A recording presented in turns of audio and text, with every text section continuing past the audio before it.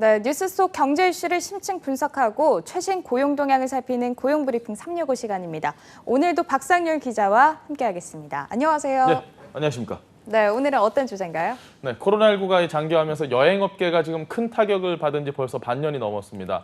그나마 하반기로 넘어오면서 요즘 여름 휴가 가시는 분들도 많을 테고 이 여름 휴가를 기점으로 여행 수요가 좀 반등할 수 있다 이런 전망도 나왔지만 이 코로나 확산세 진정은커녕 지금 장기화 국면에 접어들면서 기대감이 무너진 상태입니다. 네. 오늘 이슈픽에서 이 여행업계의 현재 상황 그리고 코로나19 이후 달라질 여행 트렌드까지 짚어보도록 하겠습니다. 네, 말씀하신 것처럼 이 코로나 사태 이후에 여행업계가 계속해서 침체기를 겪고 있고 또 이 코로나 사태가 장기화되면서 생존 자체를 고민하고 있다 이런 기업들도 있더라고요. 맞습니다. 보통 여행할 때는 해외로 떠나죠. 국내 네. 여행 시장은 해외로 떠나는 아웃바운드 패키지 판매 위주로 구성이 되어 있습니다. 그러다 보니 나라와 나라 간의 이동이 사실상 불가능해진 요즘 같은 코로나 사태 속에서는 가장 큰 타격을 받은 업종 가운데 하나입니다.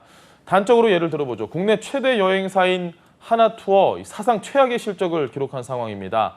2분기 매출이 96억 원에 그쳐서 지난해 같은 기간보다 무려 95%나 급감했습니다. 모두투어 역시 2분기 매출이 30억 원으로 작년 대비 96% 줄었습니다. 네, 이름만 들으면 알만한 이런 큰 여행사가 이 정도면 네. 다른 여행사들은 더 힘든 상황이겠어요. 네, 처참할 정도라고 좀 표현을 해야 될 것 같습니다. 지금 롯데관광개발과 참 좋은 여행은 지난해 2분기 매출이 230억 원과 165억 원이었는데 올해 2분기에는 둘 다 6억 원에 그쳤습니다. 사실 국내 18,000개 여행사 가운데 90%는 10인 미만의 작은 여행사들인데요. 이곳들은 상황이 지금 더 어렵습니다. 한국여행업연합회에 따르면 코로나19 국내 첫 확진자가 나온 1월부터 지난 7월까지 폐업 신고를 한 여행사 453곳입니다. 휴업 신고를 한 곳도 93곳이나 됩니다. 네, 이렇게 경영 사정이 나쁘다 보니까 기업들 입장에서는 당장의 자구책 마련이 굉장히 시급해 보이는데요. 업계에서는 어떻게 대응을 하고 있나요? 인력을 줄이는 쪽으로 지금 많이 초점을 좀 맞추고 있는 것 같습니다. 하나투어 같은 경우는 지난 6월부터 창사 이래 최초로 전 직원 대상 무급휴직을 시행 중인데 최근 이걸 11월까지 연장하기로 했습니다. 자, 이와 함께 최근 면세점 사업, 해외 법인도 정리해서 줄일 수 있는 거 다 줄였고요. 모두투어도 필수 인력을 제외한 90%가량의 직원들을 대상으로 10월까지 3개월간 무급휴직을 실시를 하고 있습니다. 네. 하지만 코로나19로 여행 자체를 가는 사람들이 지금 없기 때문에 돌파구 찾기가 참 쉽지 않은 상황입니다. 네, 여행사들은 그래도 그동안 이런 실적 부진이 있었지만 그럼에도 불구하고 고용 유지 지원금을 받아서 유급휴직을 시행하면서 고용 인원을 유지해 왔었는데 상황이 이대로라면 좀 이것도 유지하는 게 쉽지 않겠어요. 네, 그야말로 이 정부 고용 유지 지원금으로 근근히 버텨왔다 이렇게 이야기를 드릴 수 있을 것 같습니다. 네. 고용노동부에 따르면 6월 말까지 전국 여행사 3,700여 곳에 지원금 565억 원을 지급을 했습니다. 특히 3월 중순 여행업 등 4개 업종을 특별고용 지원 업종으로 지정을 해서 휴직 수당의 최대 90%를 보조해 여행사의 도산을 막아왔는데요. 3월부터 시작된 고용 유지 지원금의 지원 기간이 이제 다음 달이면 모두 끝납니다. 하지만 고용노동부는 대량 실직 사태를 막기 위해 특별 고용 지원 기간을 내년 3월 31일까지로 약 6개월간 연장을 했고 네. 지원금도 2달 더 지원하기로 했습니다. 그런데 당장 이 코로나19 사태가 생각보다 길어지면서 조금씩 그만두는 직장인들도 생겼다고요. 그렇죠. 지금 미전이 잘 안 보이는 상황, 굉장히 앞이 어두우니까 그쵸. 직원들 입장에서도 좀 이탈을 할 수밖에 없는 상황이죠. 금감원 전자공시 시스템을 좀 뒤져보니까 이 하나투어는 6월 말 현재 직원이 2,406명입니다. 지난해 네. 말과 비교하면 94명이 줄었고 노랑푼성과 모두투어도 각각 50여 명씩 감소를 했습니다. 정부 지원책이 나오긴 했지만 더 큰 걱정은 올 가을에 또 대규모 구조조정설까지 흘러나오고 있는 만큼 앞으로가 이제 더 문제입니다. 이런 상황에 여행업계들은 새로운 돌파구로 방구석 땡땡 여행에 눈길을 돌리고 있습니다. 갑자기 네. 나온 이 뉴워드, 빈칸에 들어갈 말 힌트 드리지 않아도 글쎄요, 잘 아실지 모르겠네요. 어떻게 맞춰보시죠, 한번. 네, 어려운 거 갖고 온다더니 오늘도 역시 너무 쉬워요. 아, 이것도 쉽나요? 네, 저는 저희 어려웠는데. 세대 때는 좀 쉬운 얘기여가지고 아하. 네. 방구석 땡땡 여행 뭘까요? 랜선 여행. 랜선 여행 네. 맞습니다.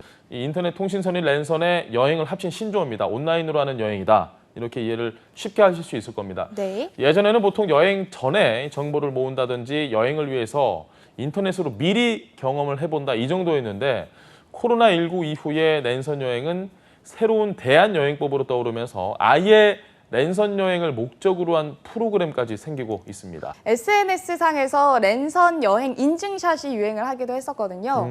그런데 지금 이제 해외로도 못 나가고 국내 여행도 사실 쉽지 않다 보니까 이런 랜선 여행 프로그램이 굉장히 많아졌더라고요. 사실 해외 같은 경우는 관광업으로 먹고 사는 나라들도 굉장히 많기 때문에 이번에 네. 코로나19가 아주 치명적일 수 있습니다. 그래서 가장 먼저 이 랜선 여행에 적극적인 건 해외 관광청들이었습니다. 캐나다나 스위스 관광청에서는 그곳에서의 사계절을 즐길 수 있도록 프로그램을 이번에 새롭게 내놓기도 했고요. 이 두바이 관광청 영상을 보면 사막 사파리를 하거나 스카이다이빙을 하면서 역동적인 여행을 즐길 수도 있습니다. 최근에는 영국 관광청이 직접 올 수 없다면 영국을 가져다 주겠다 이런 이야기를 하면서 이 VR, 그러니까 가상현실로 구현한 런던 영상을 공개를 해서 화제가 됐습니다. 우리나라 역시 굉장히 지금 잘하고 있는데요. 네. 한국관광공사 국내외 관광객을 상대로 홈페이지와 유튜브 채널, 대한민국 구석구석 등을 통해서 다양한 랜선 여행 콘텐츠를 제공을 하고 있습니다. 네, 말씀하신 이 VR로 랜선 여행을 하면 굉장히 더 생동감이 있고 정말 진짜 그 현지에 간 것 같은 그런 느낌이 들 것 같은데 예. 지금 여행업계가 힘들다고 하는데 이렇게 불황 속에서도 이 말씀하셨던 랜선 여행 이 프로그램을 출시해서 돌파구를 찾는 회사들도 있다고요? 제가 말씀드린 건 사실 수동적이죠. 그러니까 영상이 나오면 그냥 보고 마는 네. 건데 요즘은 어떤 게 나오느냐. 이 한 중소 여행사에서 세계 각지의 베테랑 가이드가 직접 여행지를 소개를 하고 실시간으로 체험을 공유하는 진짜 랜선 투어 상품을 개발을 했습니다. 이 녹화된 영상에 공유를 하는 게 아니라 화상회의 앱이나 동영상 플랫폼으로 현지 가이드와 실시간으로 소통을 하는 거죠. 지난달 중순에 처음 선을 보였고 지금까지 거의 모든 랜선 투어 상품이 매진이 될 정도로 여행객들의 좋은 반응을 이끌어내고 있습니다. 앞으로 이제 이 포스트 코로나 시대의 여행은 또 달라질 것 같아요. 네. 어떤가요? 코로나 하면 지금 모든 국민들이 제일 관심을 가지는 게 안전일 겁니다. 아마 예전에는 여행을 떠날 때 어딜 가면 즐거울까 아니면 좀 싸게 갈 수 있는 데가 없을까 이런 생각을 했다면 네. 이제는 당연히 안전을 가장 중요시하는 그런 상황입니다. 코로나로부터 안전한 곳. 그렇죠. 네. 어디를 가서 내가 가장 이 위생이나 보건으로 있어서 안전을 할 수 있을 것인가. 한 온라인 여행사에서 우리나라와 미국 등 전 세계 5개국 2,300명을 대상으로 설문조사를 했습니다. 특히 한국인은 다른 조사 국가들보다 위생이나 방역에 대한 기대치가 굉장히 높았는데요. 이 코로나 이후에 숙소를 고를 때도 청결, 위생 조건을 살펴보겠다 이렇게 답한 비율이 가장 많았습니다. 또 호텔의 위치나 가격 이런 것보다 역시 안전을 더 신경 쓰는 모습이었습니다. 네, 말씀하신 것처럼 이제 코로나 이후에 이 여행 업계에서 가장 큰 숙제는 아마 이 여행지에서의 위생과 또 청결 관리가 아닐까 이런 생각이 드는데요. 네, 여행사들은 역시 달라진 선택 기준에 맞춰서 안전한 여행 상품을 구성하고 여행지의 위생과 청결을 철저하게 관리해야 할 것으로 보입니다. 하지만 이렇게 되면 당연히 여행의 기본 가격은 상승을 하겠죠. 방역과 위생은 여행사 단독 대응이 어렵고 현지 숙박시설과 음식점 등이 모두 다 동참을 해야 하기 때문입니다. 여기에 감염의 부담감 탓에 이전처럼 한 번에 많은 여행객을 유치하기가 힘든 만큼 방역 비용까지 더해지면 수익 구조가 약해질 수밖에 없습니다. 앞으로 이런 부분이 바로 여행업계에 또 어떤 영향을 끼칠지도 지켜봐야 될 것 같습니다. 네, 코로나19의 장기화로 우리 생활에도 굉장히 많은 변화가 일어나고 있습니다. 학생들은 학교에 가지 못하고 또 휴가를 내도 마음 놓고 여행을 떠나기 어려운 상황인데요. 평범한 일상을 되찾기 위해서는 강력한 방역 대책도 필요하지만요. 무엇보다 개개인의 실천이 뒤따라야 하지 않을까 싶습니다. 오늘도 박상유 기자와 함께했습니다. 고맙습니다. 네, 감사합니다. 네, 지금까지 고용브리핑 365였습니다.